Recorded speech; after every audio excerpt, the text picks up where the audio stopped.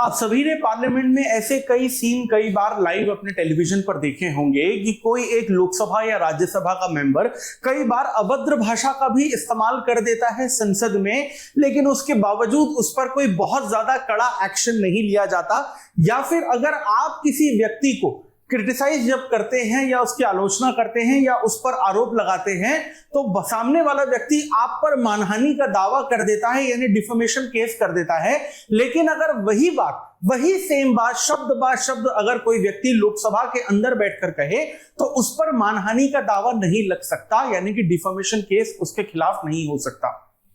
यानी कि इसका मतलब यह हुआ कि लोकसभा, राज्यसभा, विधानसभा और विधान परिषद के जो सदस्य होते हैं, जिन्हें हम मेंबर ऑफ पार्लियामेंट यानी एमपीज और एमएलए यानी कि मेंबर ऑफ लेजिस्लेटिव असेंबली कहते हैं, उनके पास कोई ऐसा खास पावर होता है, अथॉरिटी होती है, जिससे वो इन सारी चीजों से बच सकते हैं और उसे हम लोग कहते हैं privileges of member of parliament, यानी कि कुछ ऐसी खास शक्तियां जो सांसदों और विधायकों को इस देश में मिलती है। तो ये जो प्रिविलेजेस होते हैं जो एमपी या एमएलए को मिलते हैं, इसका क्या मतलब होता है, इसका हिस्टोरिकल बैकग्राउंड क्या है और किस तरीके से इनका यूज या मिसयूज जो है वो मेंबर ऑफ पार्लियामेंट के द्वारा किया जा सकता है, इसी कॉम्प्लिकेटेड टॉपिक को जो आपके जीएस पेपर 2 के पॉलिटी और कॉन्स्टिट्यूशन के तहत आता है, इसे हम डिटेल में और आसान भाषा में समझने की कोशिश करेंगे। Welcome to Chahal academy, this is Anubhav दीपानी।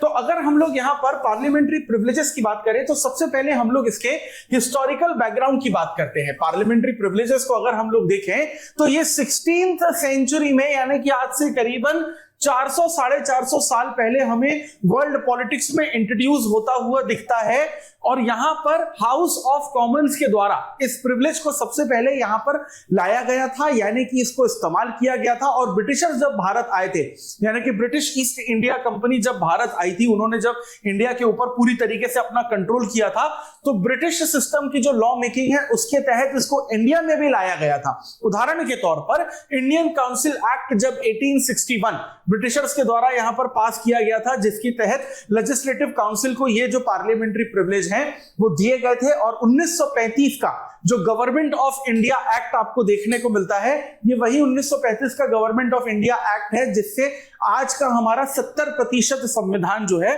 वो करीबन लिया गया है। उसमें ये जो पार्लियामेंट्री प्रिविलेजेस हैं उसको शामिल किया गया था। तो अगर हम लोग यहां पर पार्लियामेंट्री प्रिविलेजेस को आसान भाषा में समझने की कोशिश करें तो पार्लियामेंट्री प्रिविलेजेस ऐसी शक्तियां या सुविधाएं होती हैं जो इस देश के सांसदों, विधायकों, एमपीज या एमएलए को दी जाती हैं कि अगर आप संसद के अंदर बैठकर, यानी कि लोकसभा, राज्यसभा में बैठकर या विधानसभा, विधान परिषद में बैठकर अगर कोई भी बात करते हैं, किसी को क्रिटिसाइज करते हैं, किसी पर आरोप लगाते हैं, किसी के खिलाफ अपना फ्रीडम ऑफ एक्सप्रेशन का इस्तेमाल करते हैं, तो आपके खिलाफ कोई भी क्रिमिनल केस नहीं किया जाएगा, सिविल केस नहीं किया जाएगा, आपको किसी भी तरीके की सजा नहीं दी जाएगी। यानी कि संसद के अंदर बैठकर आप पूरी तरीके से आजाद हैं अपने शब्दों को, अपने बातों को दुनिया भर के सामने, देश भर के सामने कहने के लिए, और आपको किसी से भी डरने की जरूरत नहीं है। इसे ही हम लोग कहते हैं privileges of the member of parliament. अब ये जो बेसिकली पार्लियामेंट में प्रिविलेजेस दिए गए हैं वो इसलिए दिए गए हैं क्योंकि कई बार member of parliament and MLA को ऐसे टॉपिक पर डिस्कशन करने होते हैं जिसके लिए उन्हें अपने अंदर का जो फिल्टर है वो पूरी तरीके से हटाना पड़ता है। अगर एक मेंबर ऑफ पार्लियामेंट किसी कंट्रोवर्शियल टॉपिक पर डिस्कशन नहीं करेगा खुल के, तब तक वो जो प्रॉब्लम है वो हमारे सामने आ नहीं पाएगी। अगर वो प्रॉब्लम हमारे सामने आएगी नहीं तो हम उसका सॉल्यूशन नहीं कर पाएंगे, क्योंकि जब तक बात नहीं कर पाएंगे और सामने वाला मेंबर ऑफ पार्लियामेंट इसी बात से डरता रहेगा कि अगर मैं कुछ ऐसा कह दूं जो सामने वाले को बुरा लग जाए और फिर सामने वाला मुझ पर कोई केस कर दे, डिफेमेशन केस लगा दे, तो ये तो बहुत बड़ी दिक्कत है। तो इस वजह से यहां पर ये जो मेंबर ऑफ पार्लियामेंट को जो प्रिविलेजेस दिए गए हैं वो हमारे कॉन्स्टिट्यूशन के आर्टिकल नंबर 105 और आर्टिकल नंबर 194 में दिए गए हैं। इन दोनों के बीच में फर्क समझने की कोशिश करिए कि जब हम लोग सांसदों के या मेंबर ऑफ पार्लियामेंट के प्रिविलेजेस की बात करते हैं, जो उनको इम्यूनिटीज हम लोग प्रोवाइड करते हैं, वो आर्टिकल नंबर 105 में करते हैं। लेकिन जब हम लोग विधायकों के बारे में बात करते हैं, यानी कि मेंबर ऑफ लेजिस्लेटिव असेंबलीज के बारे में बात करते हैं, तो हम लोग उनके लिए इस्तेमाल करते हैं यहां पर आर्टिकल नंबर 194। और ये जो चीज है ये बेसिकली ब्रिटिश कॉन्स्टिट्यूशन से हम लोगों ने पूरी तरीके से अडॉप्ट की हुई है और 1950 के बाद से ही ये चला रहा है। लेकिन 1978 में 44th कॉन्स्टिट्यूशन अमेंडमेंट लाया गया था मोरारजी देसाई की सरकार के द्वारा, और उन्होंने इस मेंबर ऑफ पार्लियामेंट या मेंबर ऑफ लेजिस्लेटिव असेंबली का जो प्रिविलेज है उसका दायरा थोड़ा सा बड़ा कर दिया था। यानी कि इस 44th कॉन्स्टिट्यूशन अमेंडमेंट 1978 में यह कहा गया था कि सिर्फ सांसदों और विधायकों को, एमपीज और एमएलएस को ही सिर्फ ये प्रिविलेज नहीं मिलेगा, लेकिन हर वो व्यक्ति जो पार्लियामेंट में आ सकता है, बैठ सकता है, बोल सकता है, बात कर सकता है, कमेटी का मेंबर बन सकता है, उस व्यक्ति को भी ये प्रिविलेज मिल सकते हैं, भले ही वो मेंबर क्यों ना हो। सीधी बात भाषा में अगर बात करें तो सीधे सीधे यहां पर अटॉर्नी जनरल के लिए बात की जा रही थी। यानी कि इस अमेंडमेंट में ये कहा गया कि कोई ऐसा व्यक्ति जो मान लेते हैं कि एमपी एमएलए नहीं है, लेकिन अगर फिर भी वो संसद में आ सकता है, प्रोसीडिंग में भाग ले सकता है, पार्लियामेंट में बोल सकता है, या फिर कोई अगर कमिटी बनी है पार्लियामेंट में तो उसको भी ये प्रिविलेज का दिया जा सकता है अधिकार। और जो भारत के अटॉर्नी जनरल होते हैं, जो कॉन्स्टिट्यूशन के आर्टिकल नंबर 76 के अंडर आते हैं, उनको भी अधिकार दिया जाएगा। और भारत के जो बेसिकली यूनियन मिनिस्टर्स होते हैं, केंद्रीय मंत्री होते हैं, उनको भी अधिकार दिया जाएगा। अब आपके दिमाग में ये सवाल आ रहा होगा कि भाई अगर मंत्री है तो मेंबर तो होगा ही, ऐसा जरूरी नहीं है। आर्टिकल नंबर 75 क्लॉज 5 और आर्टिकल नंबर 164 क्लॉज 4 के तहत यह कहा गया है भारतीय संविधान में कि अगर आप एमपी एमएलए नहीं हैं, फिर भी आप इस देश में केंद्र सरकार या राज्य सरकार में मंत्री, मुख्यमंत्री, प्रधानमंत्री बन सकते हैं, लेकिन 6 महीने के लिए, मैक्सिमम 6 महीने के लिए। उस 6 महीने के अंदर अंदर आपको सदस्य सदन का बनना पड़ता है। हम उस पर्टिकुलर 6 महीने की यहां पर बात कर रहे हैं कि आप सदस्य नहीं है, फिर भी आप मंत्री, लेकिन फिर भी आपको वो प्रिविलेज मिलेगा। अब अगर हम लोग इस प्रिविलेज की डिटेल में बात करें और कैटेगराइजेशन करें, तो ये जो बेसिकली कैटेगराइजेशन है आपको कलेक्टिव और इंडिविजुअल प्रिविलेज के नाम पर देखने को मिलता है। अगर कलेक्टिव प्रिविलेज की हम लोग बात करें तो आप यहां पर किसी भी तरीके की जो रिपोर्ट है उसको पब्लिश कर सकते हैं, या दूसरों को किसी भी तरीके की रिपोर्ट को पब्लिश करने या उसको उजागर करने के लिए आप रोक सकते हैं। इसके अलावा अगर आपने कोई भी ऐसी चीज कही है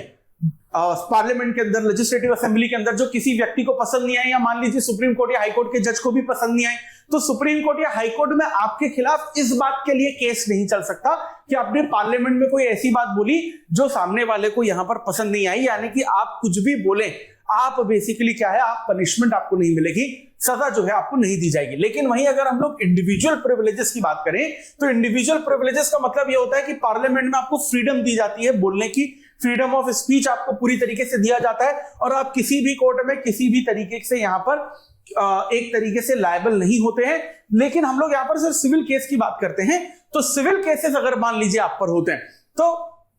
आपको बेसिकली यहां पे इन्फॉर्म करके आपके खिलाफ केस चलाया जाता है। एक और बहुत बड़ा प्रिविलेज होता है कि अगर आपके खिलाफ कोई क्रिमिनल केस है, ठीक, और उसमें बेसिकली क्या है कि अगर आप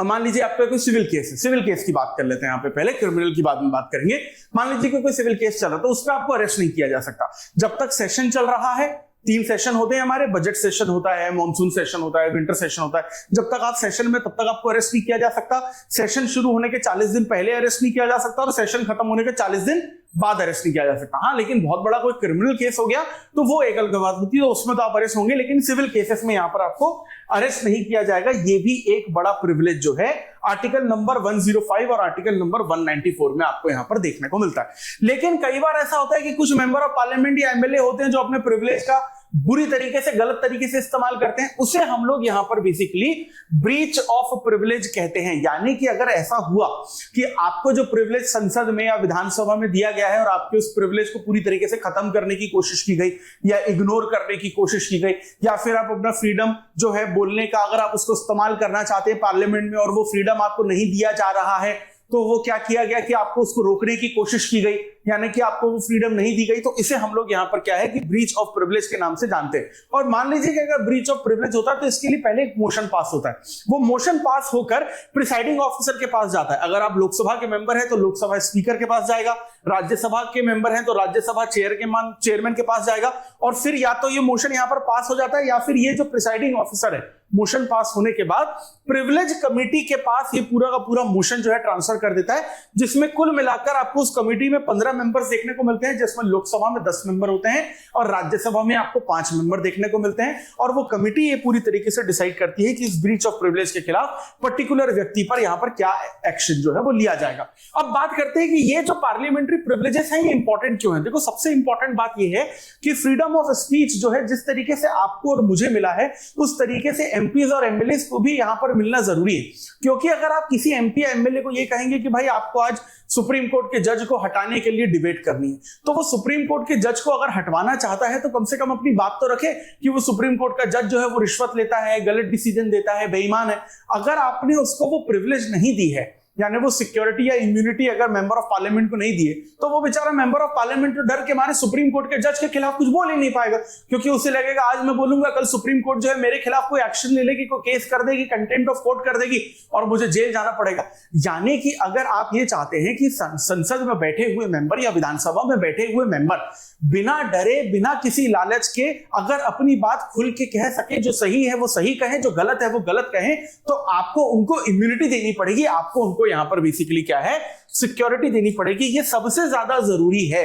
कि यहां पर इसलिए प्रिविलेज मिले, क्योंकि अगर आप ये प्रिविलेज देते हैं तो मेंबर ऑफ पार्लियामेंट अपनी पार्टी को भी और सामने वाली पार्टी को भी, चाहे सामने वाला पर्सन कितना भी बड़ा क्यों ना हो, उसे खुलकर यहां पर क्रिटिसाइज कर सकते हैं। अब ये जो बेसिकली प्रिविलेज वाला मैटर है, इससे रिलेटेड कुछ इश्यूज भी हैं। देखो, सबसे बड़ी प्रॉब्लम यह है कि जो ब्रीच ऑफ प्रिविलेजेस है इसकी जो परिभाषा है या डेफिनेशन है वो इंडियन कॉन्स्टिट्यूशन में पूरी तरीके से क्लियर नहीं दी हुई है, यानी कि इसका मिसयूज किया जा सकता है। कई बार ऐसा होता है कि किसी एक मेंबर ऑफ पार्लियामेंट को जो माइनॉरिटी के साथ है और मेजॉरिटी लोगों की बात नहीं मान रहा है, उसको ब्रीच ऑफ प्रिविलेज के नाम पर कई बार फंसा भी दिया जाता है। हम लोग इंडियन गवर्नमेंट में ही कई बार ऐसा देखते हैं कि सरकार और जो रूलिंग पार्टी के मेंबर ऑफ पार्लियामेंट है किसी ऑपोजिशन के या माइनॉरिटी गवर्नमेंट या माइनॉरिटी पॉलिटिकल पार्टी के किसी एक मेंबर ऑफ पार्लियामेंट को ब्रीच ऑफ प्रिविलेज में फंसा देते हैं और वो सामने वाला बंदा अपने आप को सही तरीके से डिफेंड नहीं कर पाता। क्योंकि ये जो ब्रीच ऑफ प्रिविलेज है, पहली बात तो ये है कि वो पार्लियामेंट्री सीन है, कॉन्स्टिट्यूशन का इससे कोई लेना देना नहीं है। अब कॉन्स्टिट्यूशन में इसका कोई लेना देना नहीं है, इस वजह से इसकी डेफिनेशन है,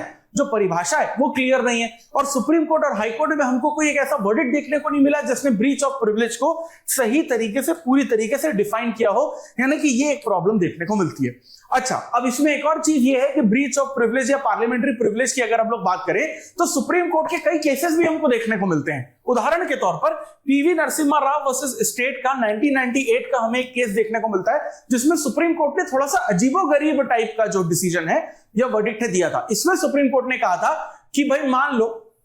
कि अगर कोई एक पर्सन है, मेंबर ऑफ पार्लियामेंट है, उसने किसी से रिश्वत ले ली और रिश्वत लेके बेसिकली क्या है, इसलिए रिश्वत ली कि कुछ उसके फेवर के, जिससे रिश्वत ली है उसके फेवर के सवाल जवाब वो पार्लियामेंट में करेगा। यानी मान लीजिए मैं मेंबर ऑफ पार्लियामेंट हूं, आप कोई इन्फ्लुएंशियल पर्सनालिटी हो, मैंने आपसे 1 करोड़ रुपए ले लिए, 10 लाख रुपए ले लिए और आपने जो सवाल मुझे पूछने के लिए बोले मैंने वो सवाल जाके पूछे, तो ये तो ब्रीच ऑफ प्रिविलेज हो गया, क्योंकि मैं तो रिश्वत लेके काम कर रहा हूं। सुप्रीम कोर्ट इसमें कहती है कि मान लो अगर मैंने आपसे पैसे ले लिए और मैंने आपकी बात नहीं मानी और मैंने जाके सही सवाल पूछा, तो मैं ब्रीच ऑफ प्रिविलेज में नहीं आऊंगा। यानी कि रिश्वत तो ली, लेकिन रिश्वत लेने के लिए जो काम बोला गया था वो काम तो नहीं किया, काम तो इसने सही किया, यानी पार्लियामेंट की गाइडलाइंस के फेवर में ही गया, ये गाइडलाइंस को ही फॉलो किया, तो इसको ब्रीच ऑफ प्रिविलेज नहीं मानेंगे। ये थोड़ा सा अजीबोगरीब फैसला है, क्योंकि सामने वाले ने रिश्वत तो ली थी ना, बाद में उसने अपना मन बदल लिया, वो एक अलग बात है, लेकिन रिश्वत तो ली तो क्राइम तो है। तो यहाँ पर एक अजीबोगरीब फैसला हमें 1998 में देखने को मिलता है। मैं अजीबोगरीब इसलिए कह पा रहा हूं क्योंकि 2024 में उस 1998 के फैसले को डीवाई चंद्रचूड़ की बेंच ने पूरी तरीके से कैंसिल भी कर दिया था। इसके अलावा स्टेट ऑफ केरला वर्सेस के अजीत एंड अदर्स का 2021 का बेसिकली हमको एक बहुत बढ़िया वर्डिक्ट देखने को मिलता है, जिसमें जुडिशरी का ये कहना है कि मेंबर ऑफ पार्लियामेंट या एमएलए को अगर कोई प्रिविलेज मिला है पार्लियामेंट में आर्टिकल 105 और 194 में, इसका मतलब ये नहीं है कि आम नागरिकों पर जो बेसिकली कानून लागू होते हैं वो सांसदों पर और विधायकों पर लागू नहीं होंगे। जी नहीं sir, law of the land जो है वो आप पर भी इंप्लीमेंट होगा। और फाइनली हमें Sita Soren versus union of India case 2024 देखने को मिलता है, जिसमें सुप्रीम कोर्ट ने 2024 के जजमेंट में ये जो 1998 का जजमेंट है उसको पूरी तरीके से कैंसिल कर दिया और सुप्रीम कोर्ट ने फाइनली ये बोला कि अगर कोई एमपी या एमएलए है, अगर उसने रिश्वत ली है किसी भी तरीके से, भले ही बाद में वो काम सही वाला किया हो या गलत वाला किया हो, डज नॉट मैटर, रिश्वत ली है तो ब्रीच ऑफ प्रिविलेज के अंडर ये पूरी तरीके से आएगा ही आएगा। तो इसी तरीके के इंपॉर्टेंट और कॉम्प्लिकेटेड टॉपिक को जो आपके पॉलिटी और कॉन्स्टिट्यूशन से डायरेक्टली लिंक करते हैं और आपकी एग्जामिनेशन के लिए बहुत इंपॉर्टेंट है, अगर आप लगातार इस कंटेंट को कंज्यूम करना चाहते हैं तो stay tune to Chahal Academy. इस YouTube चैनल को सब्सक्राइब करिए, और अगर ये YouTube चैनल कितना ज्यादा जरूरी है यूपीएससी एस्पिरेंट्स के लिए आप सभी अपने एस्पिरेंट दोस्तों को बताना चाहते हैं, तो इस वीडियो को ज्यादा से ज्यादा लाइक और शेयर करिए and subscribe to Chahal academy. This is Anubhav Deepani signing off. I will see you in the next video. Thank you very much.